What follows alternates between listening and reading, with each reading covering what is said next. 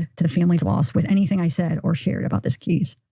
And it will be a long time before I ever trust myself or my decisions again. That was Zav Girl, who happens to be a true crime YouTuber, and she's apologizing after she decided to sell access to an 11-year-old murder victim's autopsy photos through her Patreon. So it was put behind a paywall, and the murder is obviously terrible, tragic, and seems like there wasn't a lot of thought in regard to what the family would feel in, having these photos out there for the public to see. Now, let's talk about the murder itself and then the backlash that Zav Girl is now dealing with. So Zav Girl was investigating the tragic case of this 11-year-old boy who was murdered by his own stepmother in 2020. His name was Gannon Stotch. And apparently the YouTuber here, Zav Girl, decided to file a public records request into his death, mostly because she wanted to find interviews of the 11-year-old boy's stepmother.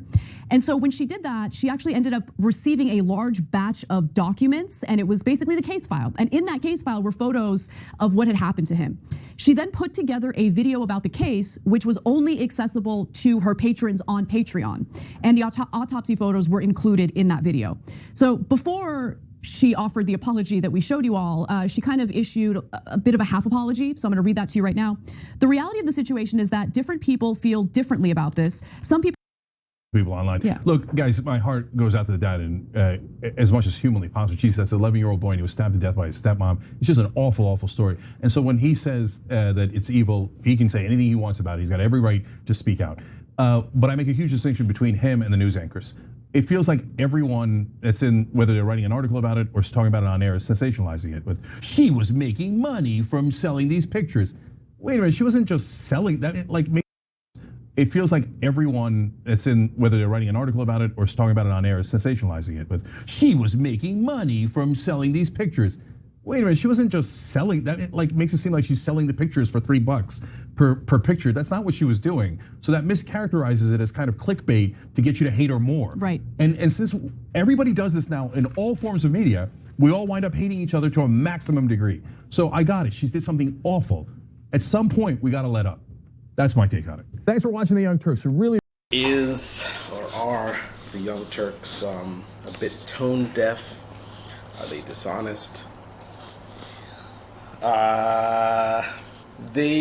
So when I first watched the video, the first thing I see is the title of the video. The title of the video is telling me that it sounds like this woman is selling access to the autopsy pictures. Shouldn't say sounds like, I mean, that's what it says, right? That's what they put in the title.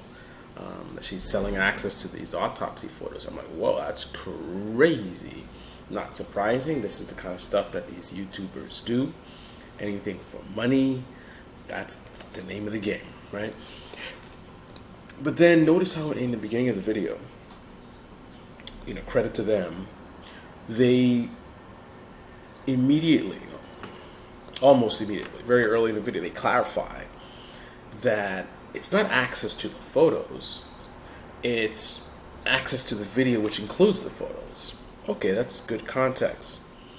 That's something that I wouldn't expect on typical right-wing media. They would use a title like this, but then the whole video would be on that level. So credit to them for at least, a little bit dishonest on the title, but then they don't clarify with the honorable mention tactic I like to talk about, which is, you sort of clarify stuff at the end where no one sees it. They do this at the very beginning of the videos, and that means everyone who watched it would see it. Now, whether they process it is another story. In America, I find that people are very emotional, so you can actually hide things from them that you put in their faces by blinding them from the truth with emotion.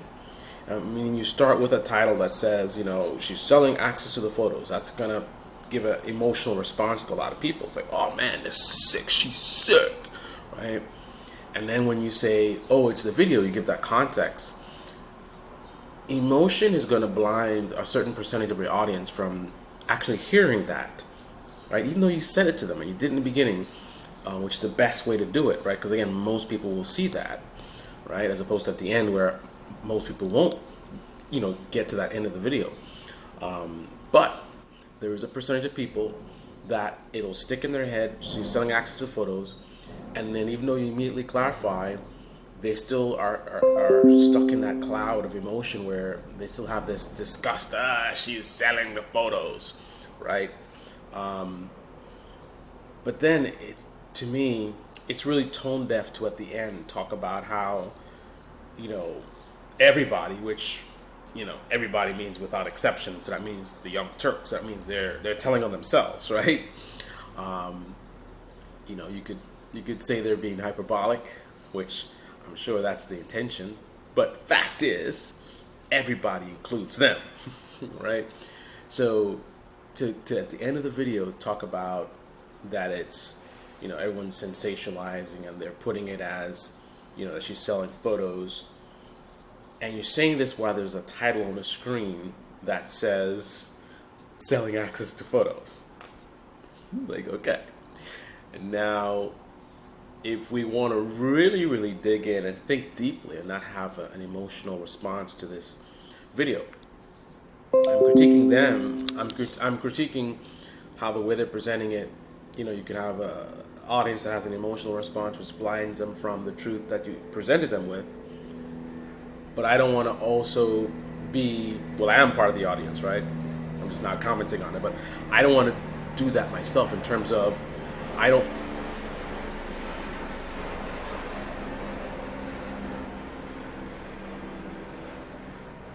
want to have a knee-jerk emotional response of like, the Young Turks suck, this is dishonest journalism, and then be blinded with that cloud.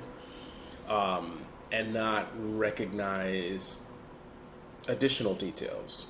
For example, if I'm to be consistent, the same way I can dismiss the honorable mentions that, for example, Tim Pool loves to do, where he will present a certain misleading narrative and that'll be the bulk of the video, and then the missing truth, the missing context, he throws at the end of the video. So if you say he didn't talk about some detail, he can say, yeah, I did.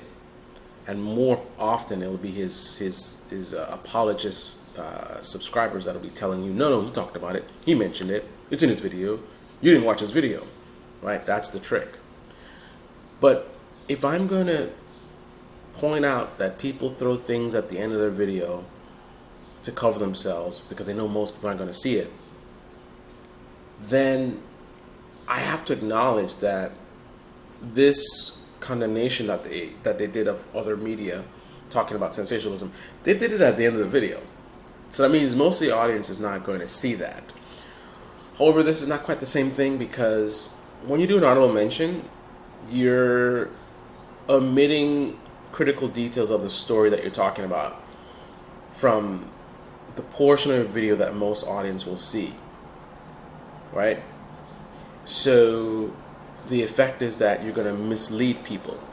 There's important information that they need to know to really understand what's happening, and you put it in a place where they're not going to see it, very likely. Here, them condemning other media is not some important thing that you need to know about. If it's not included in the video, it doesn't hurt the video unless there's a value perceived from them calling out the media, perhaps making them look good to their audience as like, they're better. But other than that, it's not important to the story for them to necessarily point out that other media is sensationalizing. I mean, I think it's good additional context. I mean, you talk about the story itself, and then you critique how the media covers the story. I mean, that's what I do, right? My focus is more on the media. So I would certainly want to talk about how the media is covering the story like I'm doing right now. But it's not essential to the actual subject matter, right? This video was entitled "The Media's Coverage of This Thing" or "How the Media blah blah blah." So this was not pitched as a media story or a media critique. So the story that they're presenting is, here's this thing that happened, this YouTuber did this thing, this is the effect of this YouTuber doing this thing in terms of the parents' response, right? And this is our opinion about what happened, whether they were correct to do it or wrong to do it or whatever. Like, that's the story. Sort of bonus content is, commenting about the media. So it's not the same thing, right? Because again, the honorable mention trick is where if people don't see that detail that you hide from them, they're going to be very strongly led in a certain direction that's incorrect, right? They're going to be pushed towards a false narrative. So by you hiding this information, you're basically manipulating your audience. By putting this at the end of the video, it's not a manipulation tactic. It's not going to mislead people. However, fact of the matter is, it is at the end of the video, so it's not as significant if they focused on that or if that was earlier in the video. But it is a little bit tone deaf to literally have a title on the video. And then again, to go deeper, right, and not just be emotional, I would have to do an analysis of what are we critiquing? The title of the video. Who put the title on the video? Did Shank put the title on the video? Did Anna put the title on the video? More than likely, they recorded this and presented it to a staff member whose responsibility it is to upload the video. That person probably is the one who decided to put that title. More than likely, the title didn't exist while they were speaking in the video, right? Because remember, they have to first record the video, then it needs to be sort of packaged for delivery on YouTube, right? So you have this video file that you're going to upload, and in that process, you're going to name it. So that hasn't happened yet. At the time of this recording, that hasn't happened yet. It could have, right? In their pre-production meeting before they went live for this, if they went live for this, they could have pre-planned the title. Title could have been discussed. I don't know their process, right? But these are things that you should consider while you're making an analysis of their journalistic standards or tactics. At the end of the day, this is something that they did on their channel, and it's certainly tone deaf. The end product is tone deaf. However, if you get into the nitty-gritty, you have to realize there's a question mark in terms of who's responsible. I mean, ultimately, the Young Turks are responsible, even though you have many different people. And you can say maybe Anna wasn't directly involved in that part of the process. But this is their content. This is their product. So they all bear responsibility for the final product, right? That's how it works. You have Ford Motor Company. They hire a bad mechanic that screws up somebody's truck. I mean, you could focus on it's just this bad mechanic, but he works for Ford. Ford was supposed to vet this mechanic and make sure the mechanic knew what they were doing. This is supposed to be a management process or something.